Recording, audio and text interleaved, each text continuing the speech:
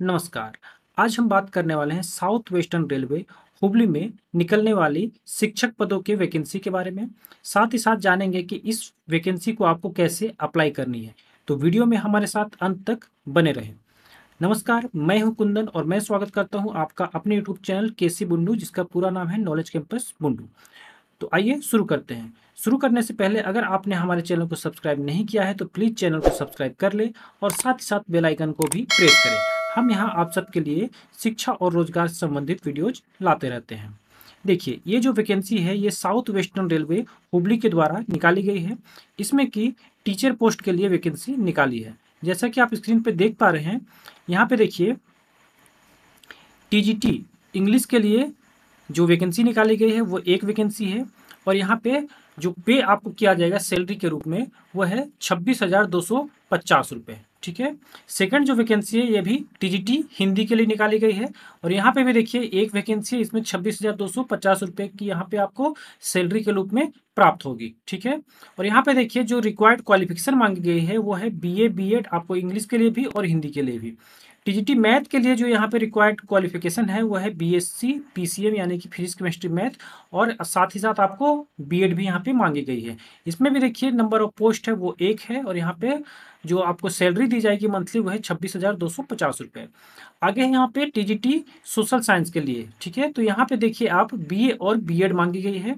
यहाँ पे भी एक वैकेंसी है और यहाँ पे भी सेम इसका सैलरी है। आगे आप देख सकते हैं 5th नंबर में टीजीटी फिजिकल एजुकेशन के लिए यानी कि शारीरिक शिक्षक के लिए भी यहाँ पे वैकेंसी मांगी गई है, जिसमें कि जो रिक्वायर्ड क्वालिफिकेशन वो है बीपीएड, और यहाँ पे भी इसकी एक ही सीट है। ठीक है। और सैलरी देखिए सैलरी यहाँ पे सेम है 26,250 रुपये। आगे है यहाँ पे प्राइमरी टीचर के यानी कि पीआरटी के लिए यहाँ पे वैकेंसी निकाली गई है, जिसमें कि बीएससी बीए बीएड या फिर पीयूसी डीएड भी यहाँ पे आवेदन कर सकते हैं। इसमें जो नंबर ऑफ पोस्ट है वो है 3। ठीक है। और यहाँ पे देखिए जो सैलरी दी जाएगी वो है 21,250 रुपये। ठीक है। आगे चलते हैं, देखते हैं कि इस आवेदन को आप कैसे अप्लाई कर सकते हैं। देखिए यहाँ पे जो एज लिमिट दी गई है वो दी गई है 18 से 65 वर्ष। ठीक है। तो 18 से 65 वर्ष तक के अभ्यर्थी इस आवेदन को अप्लाई कर सकते हैं। ठीक है। देखिए आगे यहाँ पे कहा जा रहा है मोड ऑफ एप्लीकेशन में कि जो भी इंटरेस्टेड कैंडिडेट हैं, ठीक है, वो फॉर्म के साथ यहाँ पे जितने भी डॉक्यूमेंट्स यहाँ पे आगे बताए जा रहे हैं इन सब का जेरोक्स करा के उनमें सेल्फ अटेस्टेड करके उसको पीडीएफ बना के इस ईमेल पे सेंड करनी है। ठीक है। फॉर्म कहाँ से मिलेगी उसको हम वीडियो में आगे देखने वाले हैं, तो वीडियो में हमारे साथ अंत तक बने रहें। देखिए ये जो ईमेल आईडी यहाँ पे दी गई है वो है rhshubli.1903@gmail.com। तो आपको इसी ईमेल आईडी पे जितना भी पीडीएफ है सबको सेंड करना है। ठीक है। तो आगे हम देखते हैं यहाँ पे कि कौन कौन सा आपका एजुकेशनल क्वालिफिकेशन का आपका यहाँ पे सर्टिफिकेट आपको सेंड करनी है। देखिए फर्स्ट नंबर में है डेट ऑफ बर्थ सर्टिफिकेट, यानी कि जो आपका मैट्रिक का बोर्ड सर्टिफिकेट है उसको सेंड करनी है। उसके बाद है ऑल एजुकेशनल सर्टिफिकेट। ठीक है। आपका जो भी इंटर का, मैट्रिक का, आपका डिग्री का, बीएड का जो भी आपका सर्टिफिकेट है सबको यहाँ पे सेंड करनी है। अगर आप कहीं पे एम्प्लॉयर हैं तो आपको यहाँ पे एनओसी सर्टिफिकेट भी सेंड करनी है। अगर आपका कोई एक्सपीरियंस सर्टिफिकेट है तो उसको भी आप यहाँ पे सेंड कर सकते हैं। आगे यहाँ पे कहा जा रहा है कि जितना भी आपका एकेडमिक क्वालिफिकेशन है सबका आपको यहाँ पे मार्कशीट सेंड करनी है। ठीक है। अगर आप एसटी एससी ओबीसी या फिर ईडब्ल्यूएस से बिलोंग करते हैं तो आपको यहाँ पे कास्ट सर्टिफिकेट भी सेंड करनी है। ठीक है। तो ये सब आपको कैसे सेंड करनी है, आपको सबका जीरोक्स करा लेना है, साथ ही फॉर्म को आपको ओरिजिनल रखना है, और सबको आपको क्या करना है पीडीएफ बना के उसको इस ईमेल पे सेंड करनी है। ठीक है।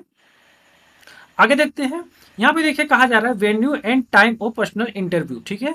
तो जो भी आपका यहाँ पे टाइम होगा और जो भी वेन्यू होगा वो आपको शॉर्टलिस्ट कैंडिडेट का जो यहाँ पे ईमेल आईडी में सेंड किया जाएगा। ठीक है। तो आप अपने ही ईमेल आईडी से यहाँ पे सेंड करें। ठीक है। तो उससे क्या होगा कि आपको अपने ही ईमेल आईडी पे ये जो भी कॉन्टेक्ट करेंगे उनके बाद आपको बताया जाएगा कि आपका इंटरव्यू कब हेल्ड किया जाएगा। ठीक है।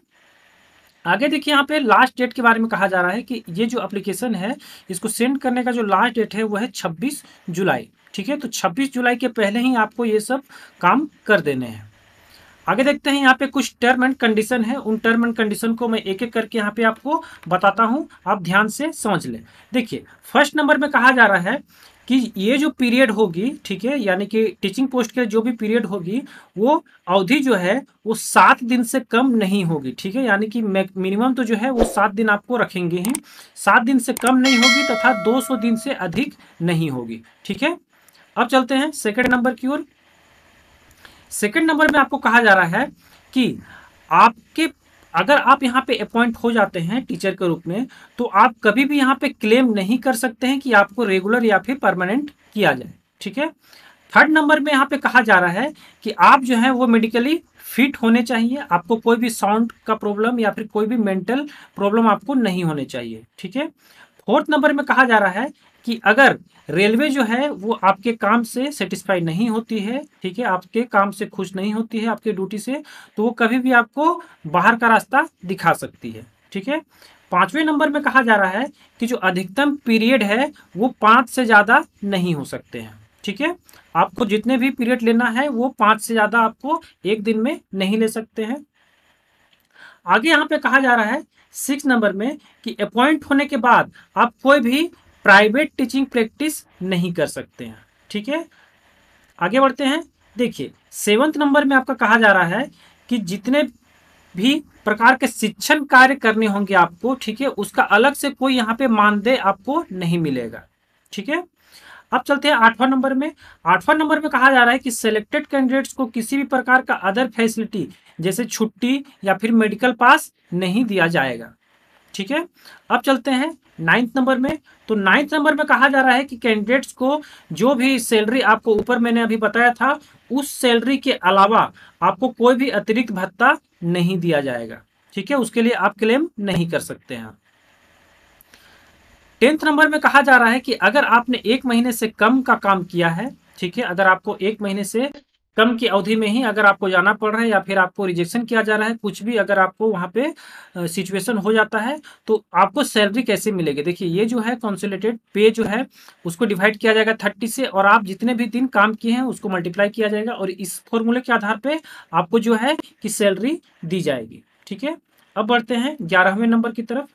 देखिए 11वें नंबर में कहा जा रहा है कि आपको कोई भी वेकेशन यानी मौसमी संबंधी भत्ता आपको नहीं दिया जाएगा, ठीक है। साथ ही साथ यहाँ पे कहा जा रहा है कि those fulfilling the above condition may apply for the above mention post, यानी कि अगर आप जितने भी यहाँ पे आपको यहाँ पे टर्म एंड कंडीशन आप देख लिए हैं उन टर्म एंड कंडीशन को अगर आप फुलफिल कर पाते हैं तो ही आप इस वैकेंसी के लिए अप्लाई कीजिए, ठीक है।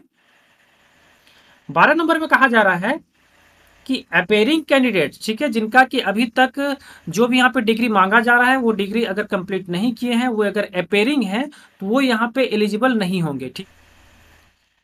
देखिए 30 नंबर में कहा जा रहा है कि किसी भी प्रकार का अंतिम फैसला जो है वो रेलवे बोर्ड का ही होगा, ठीक है। या फिर आपको यहाँ पे देख सकते हैं लास्ट में कहा जा रहा है कि फॉर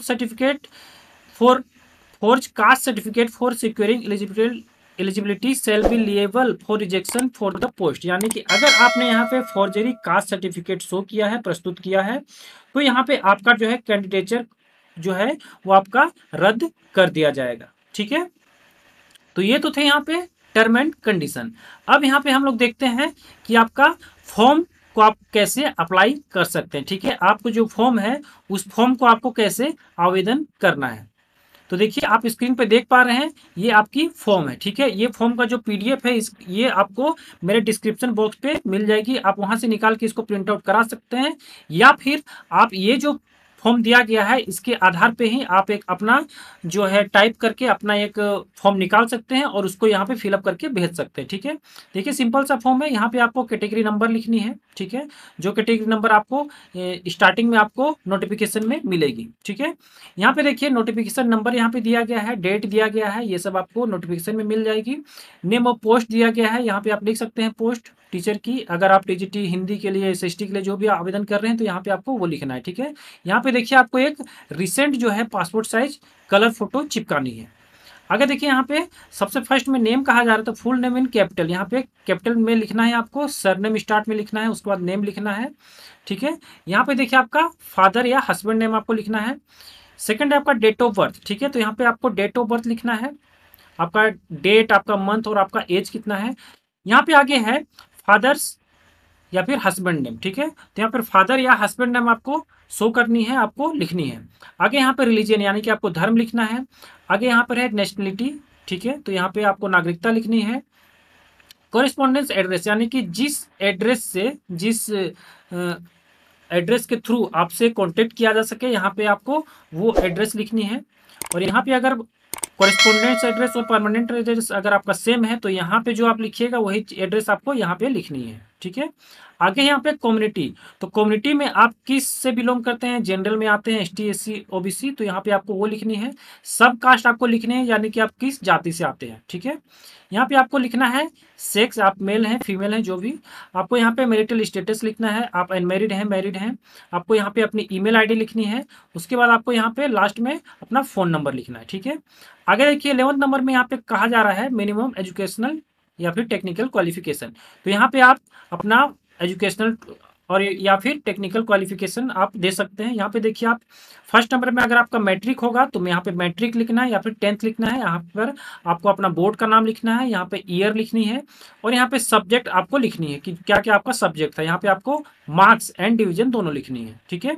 यहाँ पे matric, inter, graduation, BEd, MA आप कुछ भी यहाँ पे लिख सकते हैं, लगातार सीरियल वाइज में लिखनी है। और उससे संबंधित आपको यहाँ पे बोर्ड लिखना है, आप कब पास किए थे वो कोर्स, ये यहाँ पे लिखना है।